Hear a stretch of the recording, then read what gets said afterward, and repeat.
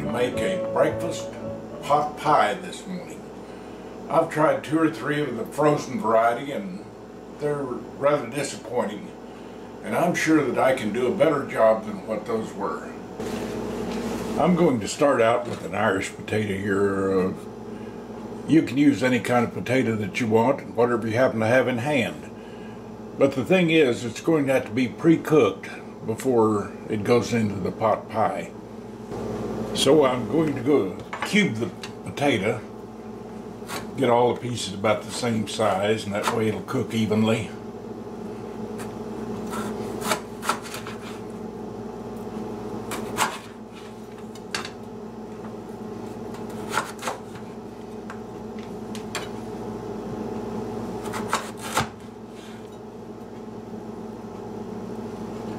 You can peel a potato if you want to, but since the main part of the nutrition in the potato is in the peel, just go ahead and wash it and cut it up into cubes. About 1/2-inch cubes are about right on this.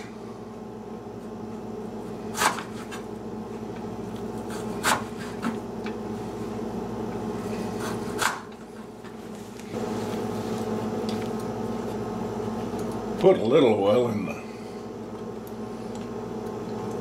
skillet. You don't have to drown them in oil.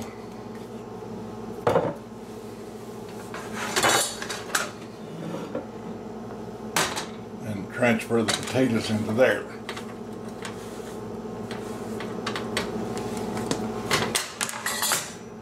Now that's going to need to cook a while. You don't want them totally cooked, but you want them more cooked than just crunchy. While the potatoes are cooking, I'm going to make the gravy to go over. Gravy is just so simple to make, and I'm going to make 2 cups of it, even though I won't need that much. For this pot pie, it can always be warmed over biscuits or whatever. But the measurements are very simple. 1/4 cup of butter or oil, and 1/4 cup of flour, and 2 cups of milk. Let this butter melt here.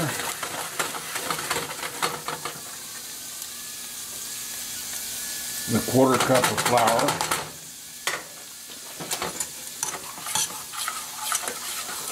and mix the two together to make a roux. It's a fancy French word there for cooking. Well, obviously I need a little bit more oil, so I'll use a little olive oil. It works fine in there. Or you can use vegetable oil of any kind, or all butter. This is making country gravy. It ain't rocket surgery. A little bit more oil. What you want to do is cook the flour so it doesn't have that raw flour taste.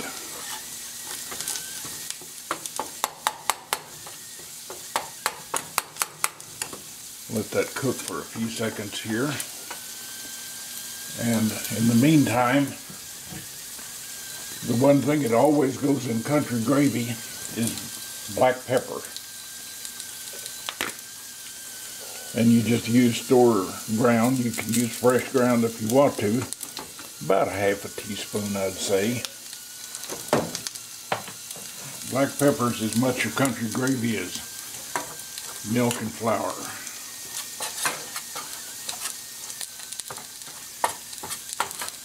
It's not to make it hot, it just gives it that particular flavor.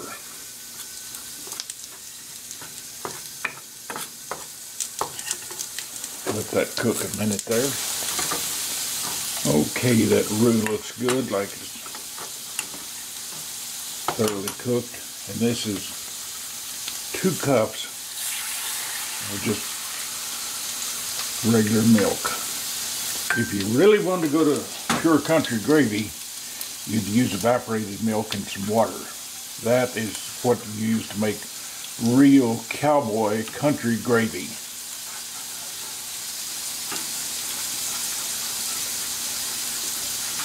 It just puts a richness in there that you can't get anywhere else. Now this, as you make gravy, you have to stand here and stir it constantly and keep lifting it up from the bottom. And it'll start to thicken about the time it starts to boil or bubble a little. Well, the gravy is warming up here. Now it's time to add some salt to both the gravy and the potatoes. Potatoes are coming right along.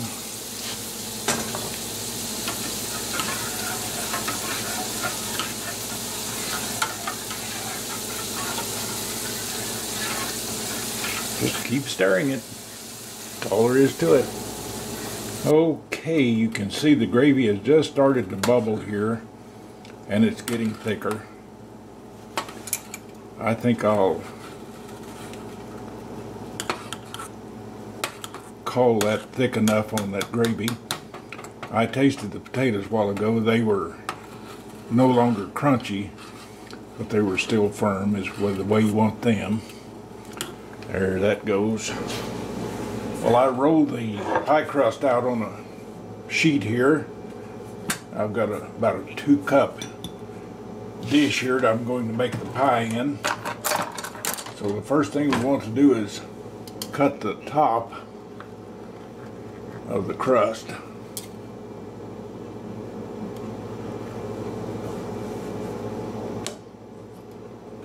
Like that.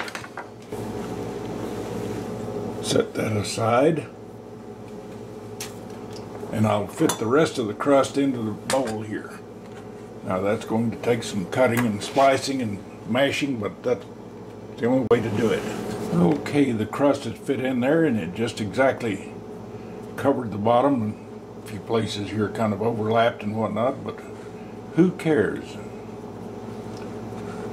Now the potatoes are still too hot to go in there, so I'm going to let things cool for a few minutes here before I start assembling it. Okay, the potatoes are cooled. You don't want to put them in there real hot or they'd melt holes in the crust. And we'll put a layer of potatoes in the bottom.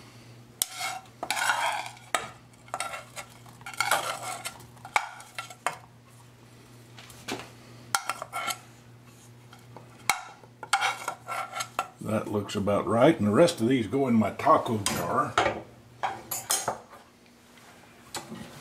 And on top of the potatoes, you want to put a layer of gravy.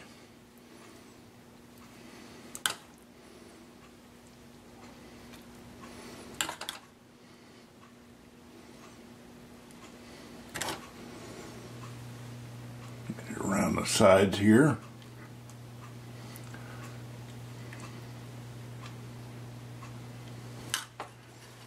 And on top of that, I've got some cube sausage here. You can use crumbled and cooked, or ham or bacon, or just anything that turns you on. But I like sausage, so sausage it will be.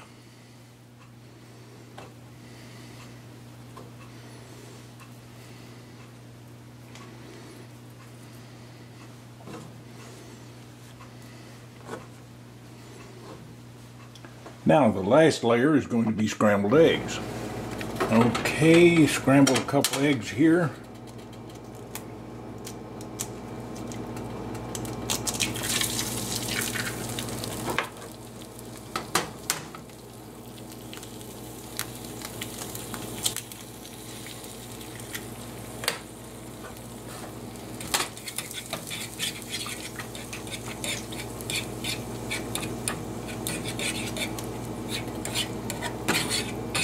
You know, I think real scrambled eggs have to have streaks of both yellow and white in them. If you beat them, you just have a yellow blob. Now we'll let those cook. Okay, the scrambled eggs are done. Put them right on top.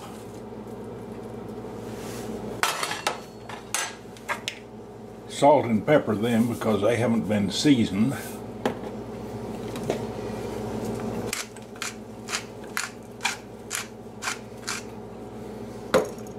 and a little more gravy on top of them.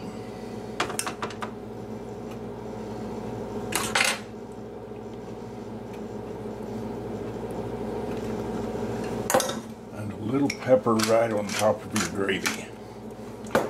Now the final thing is the lid that I made beforehand.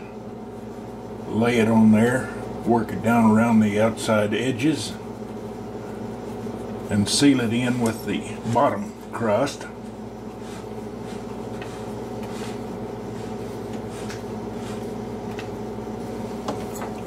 Cut about 4 steam vents here in it. Now, if I was going to serve it for breakfast this morning, and I'd go directly into a 425 oven. But since it's going to be for breakfast in the morning, I'm going to cover it with foil and put it in the refrigerator. I've never tried it freezing, so I don't know how well they'd freeze, but they do great overnight in the refrigerator. So tomorrow morning we'll pop it in the oven and it'll be ready in about 30 minutes. This is Sunday morning and it's time to have my breakfast pot pie. I've preheated the oven to, well, that's hot, 425. If it's just refrigerated, it will be 425 for 25 minutes. If it's frozen, it would be 375 or 350 for about 40 to 45 minutes.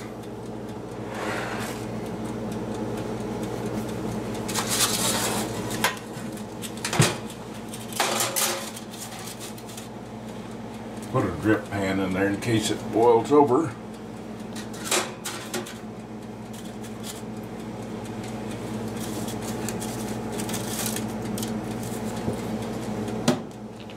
Set this for, I'm going to set it for 25 minutes and check it. Okay, it's been 25 minutes now. Check this puppy out. Oh yeah, looks great. And it's hot.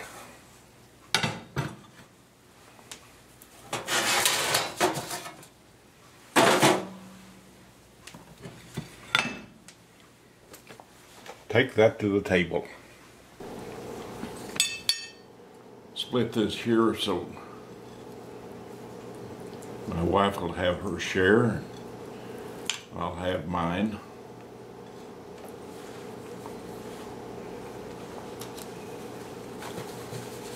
That's a little hot.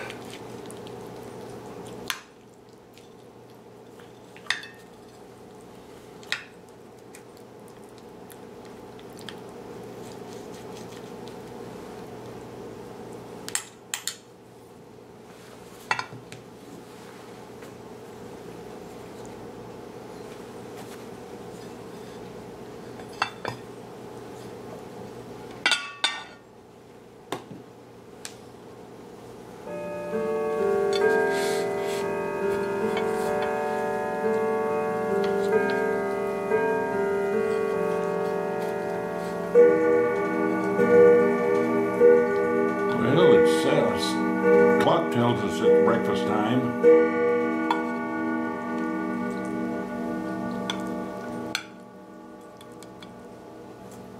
Oh man, that looks good.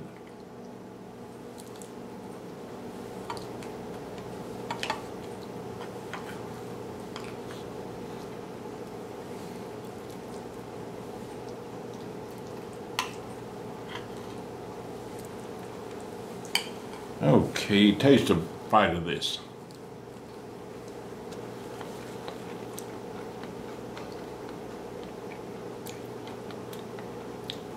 Well, really good flavor.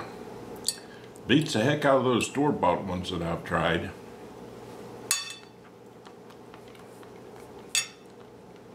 This is going to be a permanent fixture around Foreman House.